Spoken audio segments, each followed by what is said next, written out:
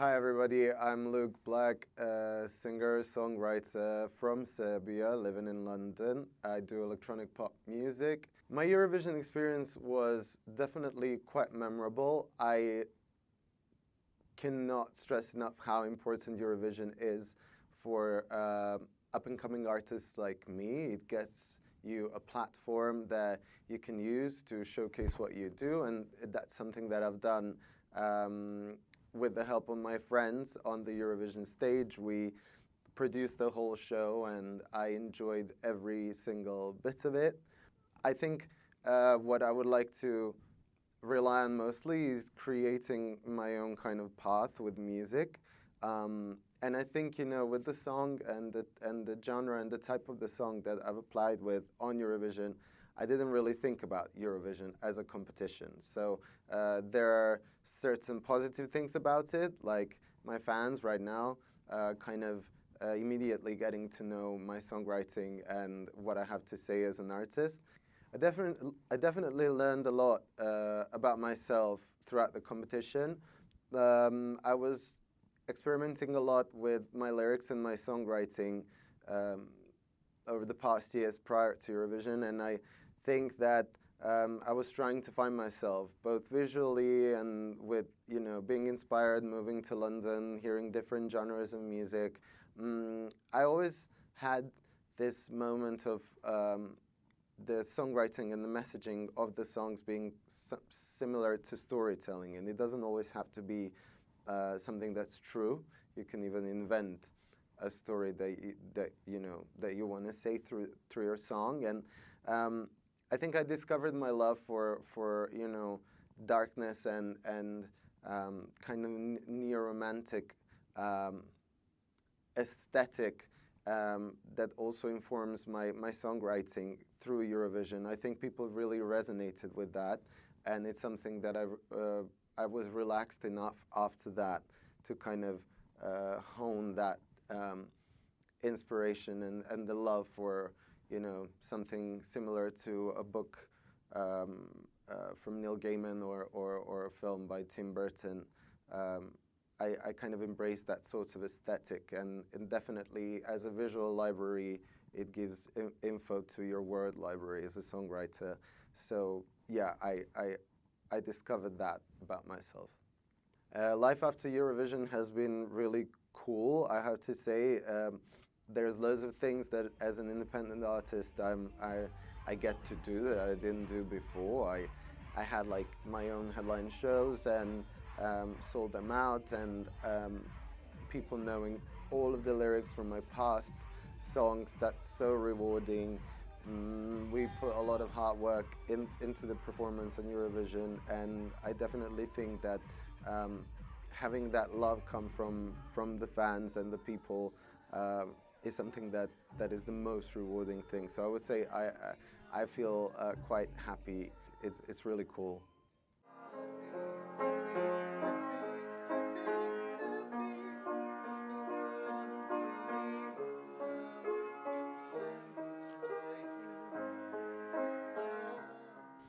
I'm So Happy is the first song that I wrote when I moved to London, so that was back in 2018, 2019. In Serbia, we usually, like, when you ask someone how they're doing, they would tell you, you know, with a little drink about their life story and everything. And here, you know, people kind of like to hide their emotions.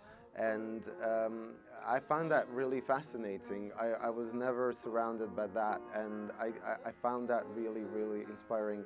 And I was looking at loads of different ways of like how you can actually achieve that, because I thought everybody was happy, you know, and they weren't lying in the beginning. And you know, I saw loads of manifestations, repeating something until it becomes true, and I kind of went along and was walking down the streets of Angel in London, and I kind of started hearing this Mary Happy piano that was kind of inspired by A Mary Happy by Kate Nash. And then I heard the satire in the lyrics from Lily Allen, definitely LDN, and especially like the visuals behind it. And that's how the song kind of came about. And I wanted to express a bit of rage as well, and disgust with like the whole visuals behind it as well. And yeah, that was, and the chorus of the song has a lot of repetition of the world happy, kind of trying to reflect that fake it till you make it mode of behavior.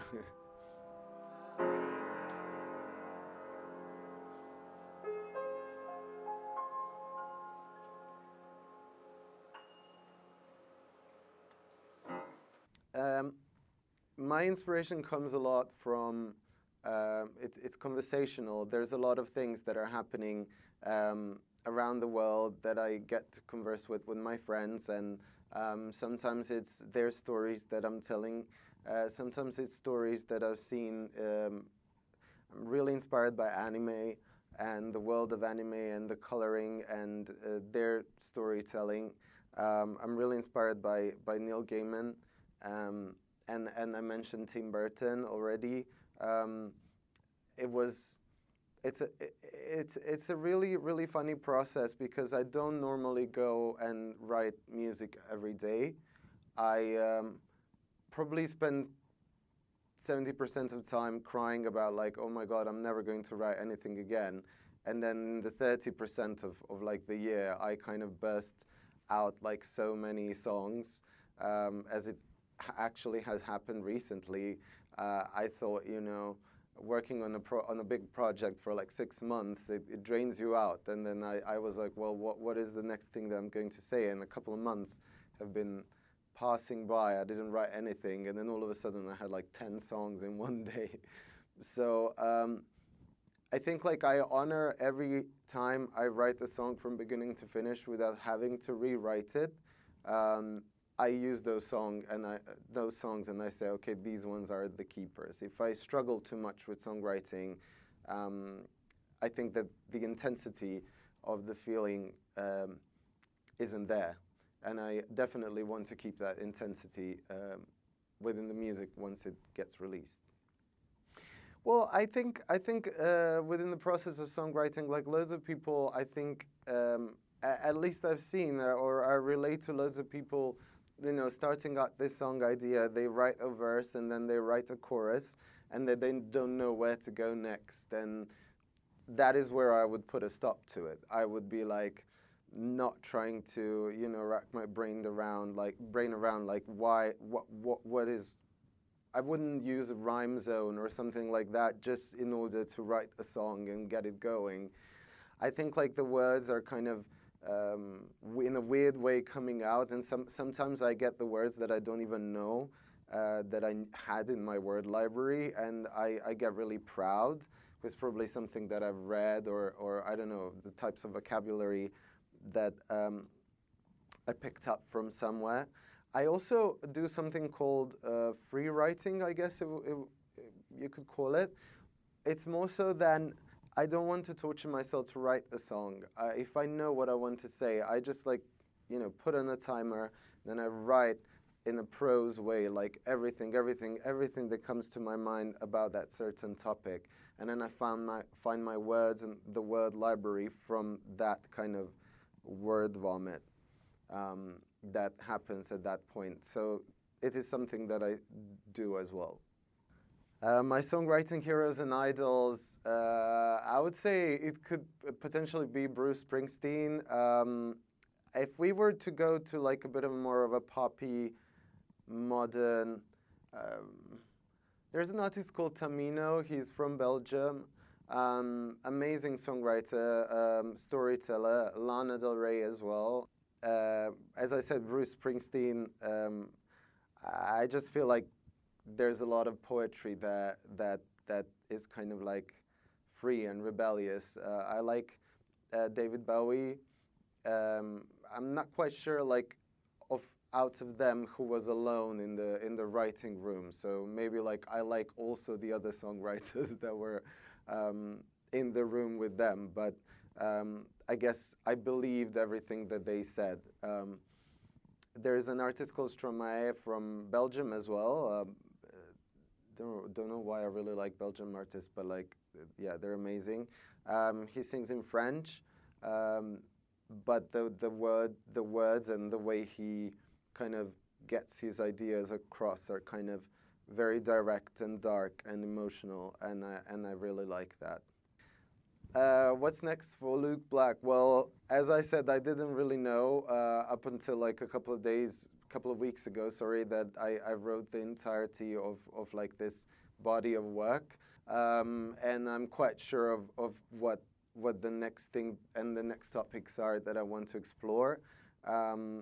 Well, I have already written it, so yeah, I've been exploring a lot of, and I've been reading loads of books on the similar topics. So I think, you know, I think the body of work about the pursuit of paradise is definitely something that is coming next, and loads of more visuals. I recorded a music video for I'm So Happy here in London, which is my first music video in London, and I worked with a really talented crew from London, and I'm looking forward to making more music videos and more songs, and you know, creating a music family here in London that I already have, but you know, expanding it and working with more people.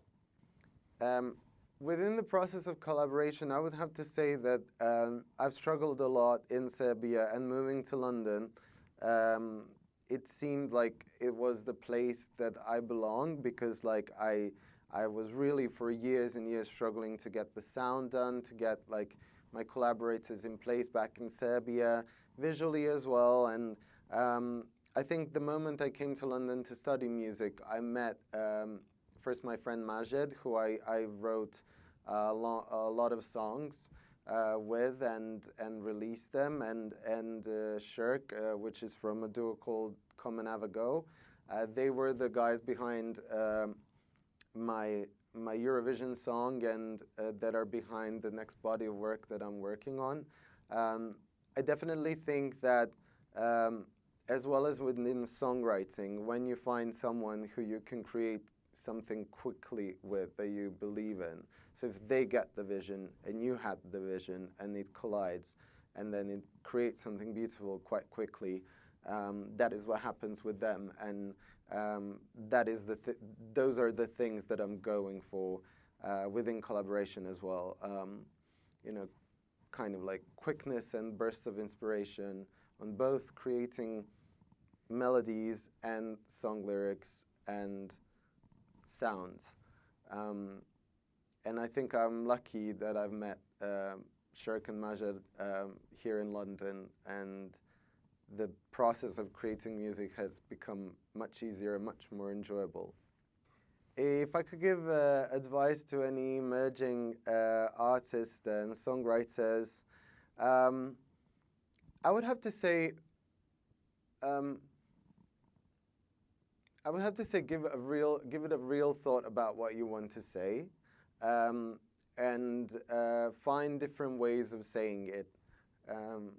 Definitely, I'm pretty sure that the human mind, even though we've heard everything right now, I think it's quite creative. It's a library of all of everything that you've seen so far and you've heard so far. But there's also new ideas that are brewing inside of everybody's head, and I think you should get those ideas, hold on to them, and put them on paper. I think there shouldn't be too much of thinking happening when you're creating something. I'd rather like do the free writing that I mentioned and just like let your mind go and see where it takes you, and try writing about topics that are not just about love. You know, try challenging yourself to write something else. Listen to loads of punk music. Read loads of Sylvia Plath, philosophical poetry, or read about geography and nature and, you know, crystals, and I don't know, minerals and all of that stuff is quite inspirational, and it doesn't have to do anything with the topic and the music, but I think you'll find loads of inspiration in the things that are not online and are not connected to music per se. What a philosophical advice.